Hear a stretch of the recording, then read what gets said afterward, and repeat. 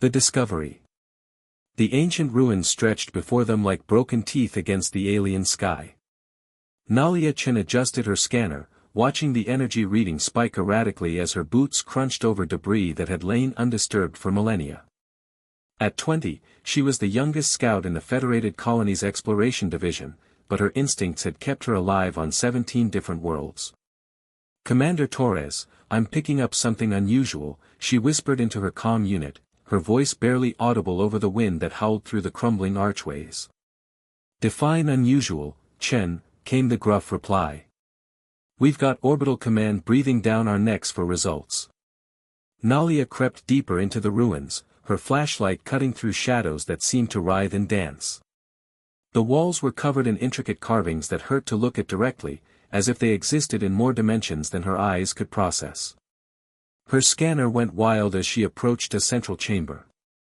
"Sir, there's something here. The energy signature it's like nothing in our databases." She stepped into the chamber and froze. In the center, surrounded by crystalline formations that pulsed with soft light, lay a dragon. Not the savage beasts from Earth's legends, but something ethereal and magnificent. Its translucent body refracted the light into dancing rainbows, and even in apparent slumber, it radiated an aura of ancient power. "Chen, report. I think I've found why this place is generating energy readings," she said, her voice trembling with awe. "Commander, there's a crystalline entity here. It appears to be in some kind of stasis." The silence stretched for long moments before Torres replied, his voice sharp with concern. "Do not approach it. Wait for backup." But as Nalia stood transfixed, the dragon's crystalline eyes slowly opened, meeting hers with an intelligence that made her soul tremble. The ancient guardian was awakening, and she knew nothing would ever be the same. The awakening. The dragon's awakening was like watching starlight given form. Its crystalline body unfolded with fluid grace, wings spreading wide as harmonic vibrations filled the chamber. The sound was indescribable, part music, part thunder, part whispered secrets from the dawn of time. Nalia stumbled backward, her hand instinctively reaching for her sidearm, but something stopped her. The dragon's eyes held no malice, only a deep, ancient sadness that seemed to pierce straight to her heart. "Why have you come here, child of flesh and dreams?" The voice didn't come through her ears but resonated directly in her mind, carrying with it images of burning stars and civilizations lost to time. We didn't mean to disturb you," Nalia managed, her voice barely a whisper. "We were investigating energy readings." The dragon's great head tilted, studying her with those impossible eyes. "Energy readings. Always searching, always taking. Tell me, young seeker, does your kind still wage war among the stars?" Before Nalia could answer, the sound of approaching footsteps echoed through the chamber. Commander Torres burst in with 3 other Marines, weapons raised and ready. "Step away from it, Chen." Torres barked, his rifle trained on the magnificent creature. The dragon's attention shifted to the newcomers, and the temperature in the chamber seemed to drop several degrees. "Weapons. Fear. Some things never change." The sadness in its mental voice deepened. "Commander, please," Nalia said, stepping between the dragon and the soldiers. "It's not hostile. It was just asking about humanity." Torres's eyes narrowed. "And what did you tell it?" "Nothing yet," she replied, then turned back to the dragon. "But I can answer your question. Yes, we still fight. Maybe too much. But we're also trying to learn, to grow, to be better than we were." The dragon's wings folded slightly, and for a moment, Nalia thought she saw something like hope flicker in its ancient gaze. "Better. An interesting word. Tell me, child of ambition, would you like to see what better truly means?" The chamber began to fill with light, and Nalia felt the ground shifting beneath her feet. The dragon was offering them something, a choice, a test, or perhaps a judgment. Whatever it was, she knew their response would echo across the galaxy. The test. The world dissolved around them in a cascade of crystal light. When Nalia's vision cleared, she found herself standing on an alien battlefield under a blood-red sky. The ground was littered with the twisted remains of war machines, their hulls still smoking from weapons fire. In the distance, the skeletal remains of a city reached toward the crimson heavens like accusing fingers. "Where are we?" Commander Torres demanded, his weapon still raised despite the obvious futility of the gesture. "This is Kairos Prime," the dragon's voice resonated in their minds as its crystalline form materialized beside them. Once, it was the crown jewel of the hegemony, a civilization that spanned 300 systems. They, like you, believed themselves destined to rule the stars. Nalia walked among the debris, her heart heavy as she recognized the technology. Advanced fusion reactors, quantum processors, weapons that could crack planets, all of it lay broken and abandoned. What happened to them? They destroyed themselves. Pride, fear, the inability to see beyond their own ambitions. They came to me as you did, seeking power, seeking validation. I offered them the same choice I offer you now. The dragon's eyes fixed on each of them in turn. The test is simple. Before you stands a device that can reshape matter itself, bend space and time, grant your species dominion over the galaxy. But to claim it, you must prove your worth. A pedestal rose from the ground, and atop it sat a crystalline orb that pulsed with inner light. Torres stepped forward, his eyes gleaming with hunger. What kind of proof? One of you must sacrifice their life willingly, asking nothing in return, to save the others. The hegemony failed this test. They could not conceive of selfless action. They chose to fight among themselves instead, each believing they deserved to be the survivor. The soldiers exchanged glances, hands tightening on their weapons. Nalia could see the calculation in their eyes, the same hunger that had doomed the hegemony. But then she stepped forward, removing her sidearm and placing it on the ground. "I'll do it." "Chen, no." Torres snapped. "We need you. You're the only one who can interface with alien technology." "That's exactly why," she replied, her voice steady despite the fear coursing through her veins. "If we're going to be better than those who came before, we need to start acting like it. No one else dies for human ambition." The dragon's expression shifted, something like surprise flickering across its ancient features. "You would sacrifice yourself for those who would claim the power you die to obtain? If it means proving that humanity can choose compassion over conquest, yes." Nalia looked back at her team, seeing the confusion and shame beginning to dawn on their faces. "That's what makes us worthy of the stars, not our ability to take, but our willingness to give." The dragon was silent for a long moment, its crystalline body pulsing with increasing brightness. Then, slowly, it began to smile. "The choice. Fascinating." The dragon's mental voice carried notes of wonder that hadn't been there before. "In 3 millennia, you are the first to answer correctly without hesitation. The hegemony debated for hours, seeking loopholes and exceptions.